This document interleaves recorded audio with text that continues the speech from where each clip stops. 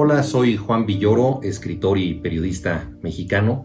Los saludo desde mi casa al sur de la Ciudad de México. En el pasado mes de diciembre escribí un artículo revisando la última década que llevaba un título inspirado en Mafalda: "Paren la década que me quiero bajar". En realidad la frase atribuida a Mafalda es otra: "Paren el mundo que me quiero bajar". El creador de esta filósofa de 6 años dijo que ese lema, producto de la atribución popular, le parecía demasiado pesimista para su personaje, y sin embargo, varios años después parece que es una de las frases más lúcidas que pudo haber dicho Mafalda. Y es que la década terminó con un planeta lastimado por el ecocidio. Todos los años una masa de basura del tamaño de Australia atraviesa el océano Pacífico, los polos se derriten, el aire se envenena. Sabemos que el planeta está llegando a un límite de subsistencia con la ecología, y nos lo recordó una y otra vez Greta Thunberg a lo largo del año pasado. También ha sido la década de la pérdida de la privacidad. El negocio más fructífero en el momento es la extracción de datos personales. Nos hemos convertido todos en botín de las compañías que extraen información de nosotros para transformarlas a través de algoritmos en ofertas que aparentemente necesitamos. Esta pérdida de la privacidad corre al parejo con la dependencia progresiva que tenemos de los aparatos. Hemos caído en el tecnopolio que tanto temía el sociólogo norteamericano Neil Postman, y también estamos ante una situación sorprendente. Si vamos a un baño público, ya casi no encontramos frases obscenas ni insultos, porque ahora todas esas frases están en las redes sociales. Twitter es el espacio favorecido para el linchamiento. Estoy totalmente convencido de que el ser humano ha sido igualmente mal pensado y malediciente en todas las épocas, pero ahora el odio ha cobrado un valor comunicativo y han surgido nuevas figuras culturales como el hater, por ejemplo, que se dedica profesionalmente a propagar el desprecio por los otros. Ante esta situación, uno se pregunta si no es perfectamente lógico que prospere la violencia, y una de las más terribles que hay en el planeta es la de género. México es un país profundamente machista y numerosas mujeres han alzado la voz para protestar por los feminicidios. Y también estamos en un entorno de política mundial profundamente polarizado. Cayó el muro de Berlín, pero las divisiones ahora se establecen al interior de los países, y jerarcas populistas de izquierda o de derecha discriminan y descalifican a sus opositores. Parecería que es imposible tener una gobernabilidad en la diferencia, que solo se puede hoy en día hacer política excluyendo al otro. En estas circunstancias, el mundo que conocíamos, el de la última década, pues tenía muy pocos motivos para hacernos orgullosos. Cuando la gente dice todo lo que conocíamos desaparecerá con la pandemia, el mundo no volverá a ser el mismo, yo digo por fortuna, porque la verdad no era el mejor de los mundos posibles. Y sin embargo, el pasado no siempre nos da lecciones duraderas. George Santayana dijo famosamente que un país que no conoce su historia está condenado a repetirla, pero la verdad es que el pasado histórico es una especialización. Algunas gentes lo conocen y lo toman en cuenta: los historiadores, los periodistas, los científicos relacionados con algún campo en donde la historia interviene de manera determinante. Pero por lo común no actuamos de ese modo. Todos tenemos recuerdos, pero no siempre tenemos responsabilidad histórica. Vivimos por primera vez. nuestra vida no tiene borrador. Cada cosa que se nos presenta la vemos como algo inédito, como algo que está ocurriendo ante nosotros, como si nunca antes hubiera una referencia de esto. Por eso Milan Kundera dijo en su novela La insoportable levedad del ser que habitamos el planeta de la inexperiencia. Todo lo nuevo es para nosotros algo inédito y no pensamos que lo nuevo puede ser una reedición, un reciclaje de cosas ya ocurridas. Los aztecas encendían una fogata en la cima del Cerro de la Estrella para señalar que el tiempo terminaba su ciclo, pero no solamente celebraban el fin de una cronología, sino que celebraban que el mundo no se hubiera acabado. El fuego nuevo era un permiso para seguir viviendo. ¿Qué pasará después de la pandemia? ¿Podremos encender un fuego promisorio? ¿Viviremos aquilatando el pasado o regresaremos al planeta de la inexperiencia donde aparentemente todo ocurre por primera vez? Pensemos en cómo vivimos la epidemia. Para muchos fue como si eso jamás hubiera puesto en riesgo a la especie, a pesar de los muchos documentos al respecto. Pensemos en el siglo XIV de la peste negra y en los personajes de Boccaccio en el Decamerón, o a principios de este siglo en la fiebre española, o en el año de la peste que narró Daniel Defoe.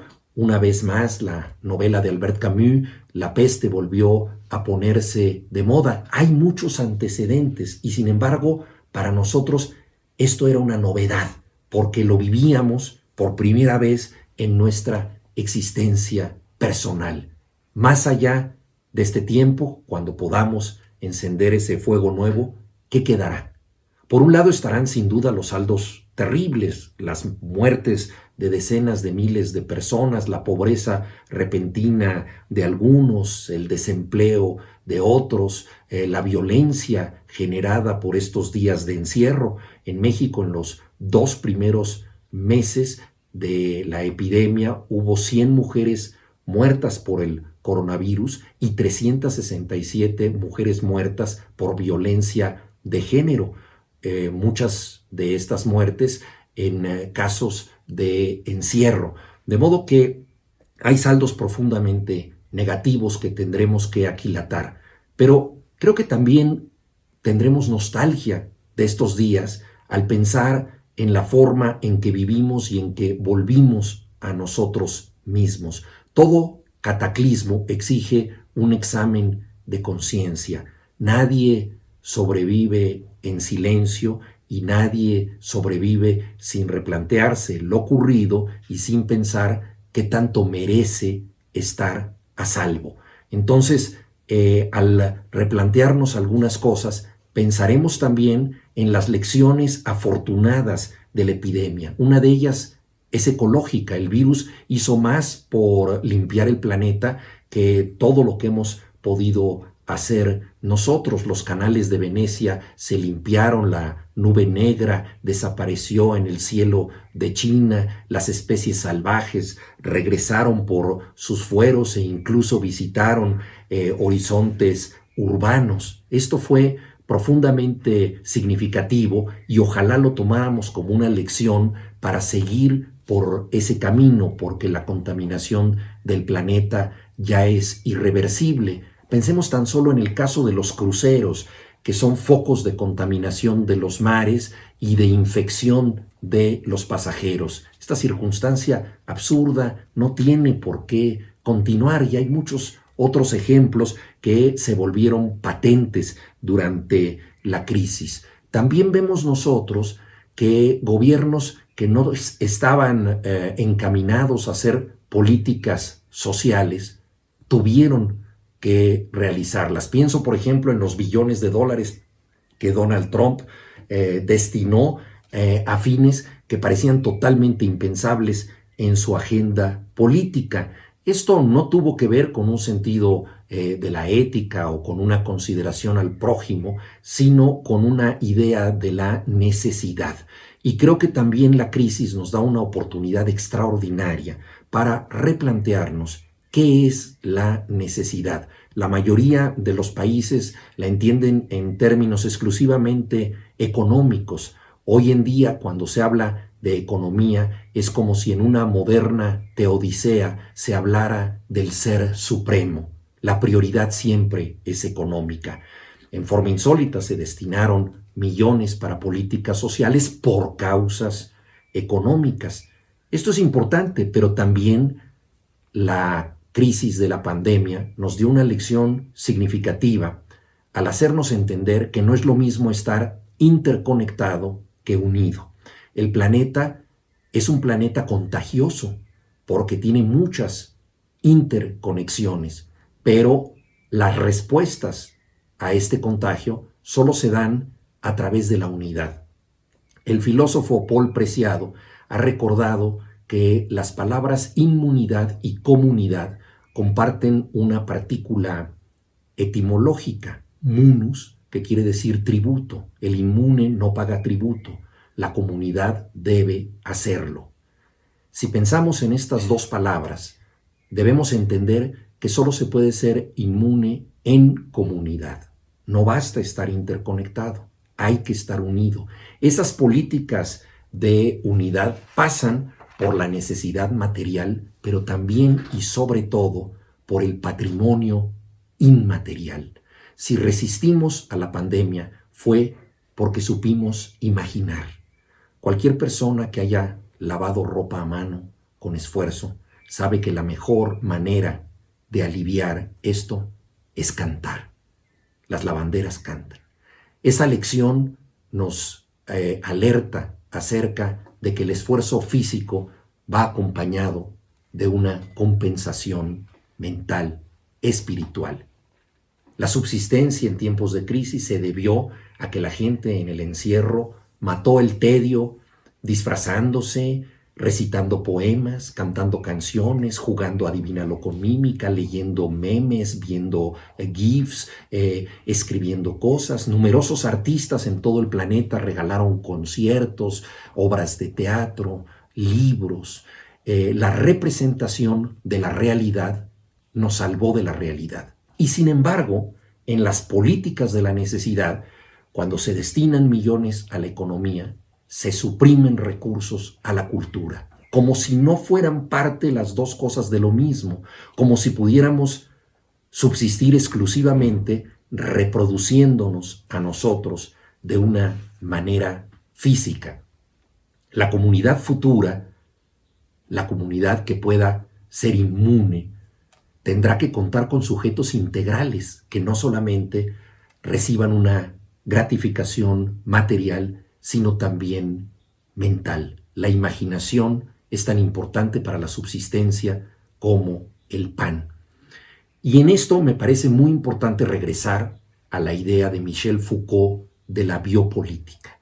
Creo que el futuro de la especie depende de la forma en que gestionemos el cuerpo.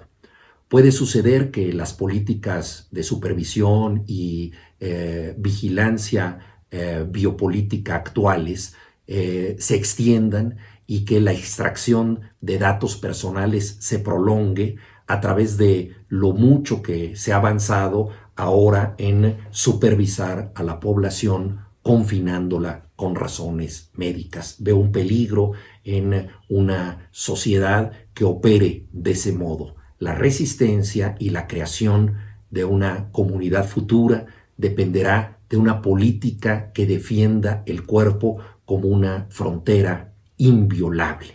Eso me parece absolutamente decisivo. Eso tiene que ver con una política de resistencia física y sexual.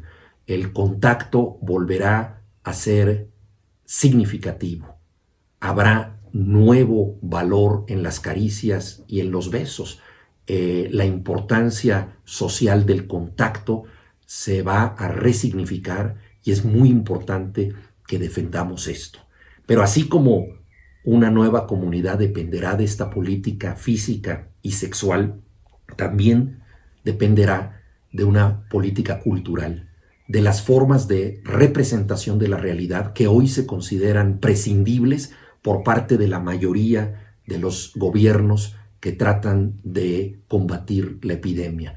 En las políticas públicas, la cultura no parece algo de primeros auxilios, y sin embargo lo es, porque hemos resistido gracias a la capacidad de imaginarnos de otro modo en medio de la crisis y en el encierro. Hay dos vertientes posibles para la biopolítica: la desaparición del cuerpo, convertirnos exclusivamente en algo susceptible de ser atraído por un algoritmo, en algo que debe pasar por un password, que debe tener un alias, que debe tener un PIN, en una entelequia a la que se le van a enviar paquetes y mercancías a distancia, esta desaparición progresiva del sujeto, que en cierta forma ya la estamos viviendo, o al revés, una recuperación del cuerpo, de los actos de presencia, del teatro, el rito, el estar juntos. Recuerdo un poderoso endecasílabo de Octavio Paz: los otros todos que nosotros somos. Sobreviviremos exclusivamente en comunidad, y toda comunidad se ha fundado en torno a una fogata, de modo que ese fuego nuevo de los aztecas volverá a arder entre nosotros, señalando el fin de una cronología y el principio de otra. Y todos los fuegos, en el fondo, son el mismo fuego, el fuego del origen, la demostración de que la especie lo necesitó para calentarse las manos y para preparar comida, recursos materiales, pero también y sobre todo para contar historias.